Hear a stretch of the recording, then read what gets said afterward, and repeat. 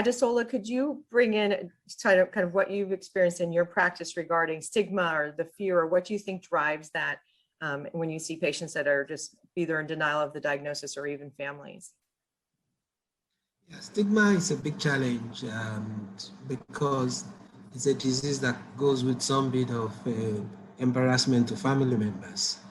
And also because we don't have nursing homes where you can keep all these old folks, it creates problems for family members. So you want to ensure that individuals who have these diseases are kept at home so that they don't become embarrassment or they don't get into situations that would lead to injuries and all that. So stigma is a big problem, and we use a lot of public education to ensure that we talk to the public about this disease, that there's nothing bad about it. It's not visitation by evil spirits or anything.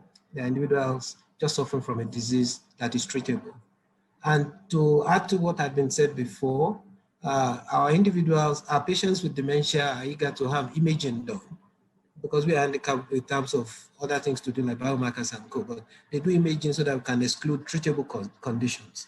And then we then tell them what the problems are.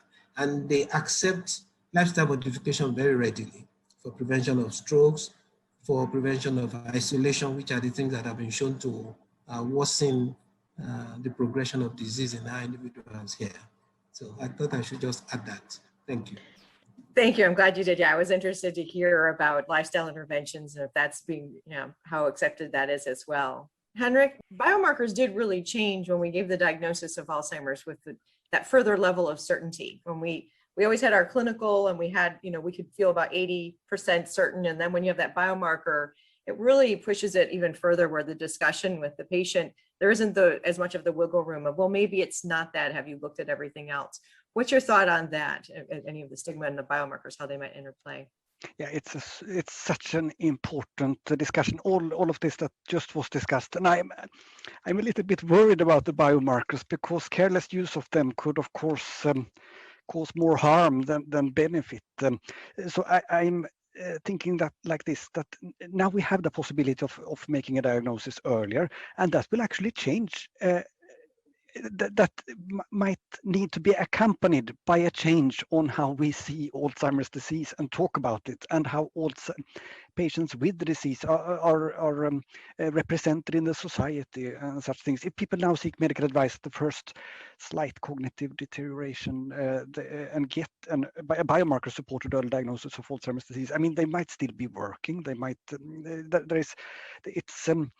so then I always feel like it will be important not to become the diagnosis and think about the final dementia syndrome, but to think about getting the diagnosis in a way that it explains some of the symptoms. Individual risk prediction is super hard. We have group level data, but for an individual patient, it's very hard to predict what will happen in the future. And then I think it's much better to take the patient by the hand and say that this is, we'll see what happens now. It might be a slow disease, it might be a fast disease, we don't know, but this explains your current symptoms.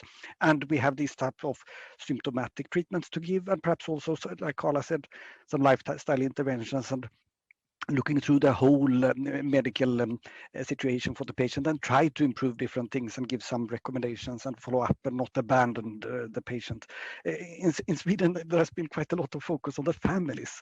And when I met, and also in my family, it's been like this, that a diagnosis of Alzheimer's was made and the relatives got invited to support group, but the person who got the diagnosis was sort of left alone because it was regarded as the dementia is more of a problem for the family than for the patient, which is not the case, especially not in the pre-dementia stages. So I think we should be very careful in regard to how we talk about these results. I think we should start to talk about the biomarkers like the liver doctor talks about the liver enzymes, and so it's one component.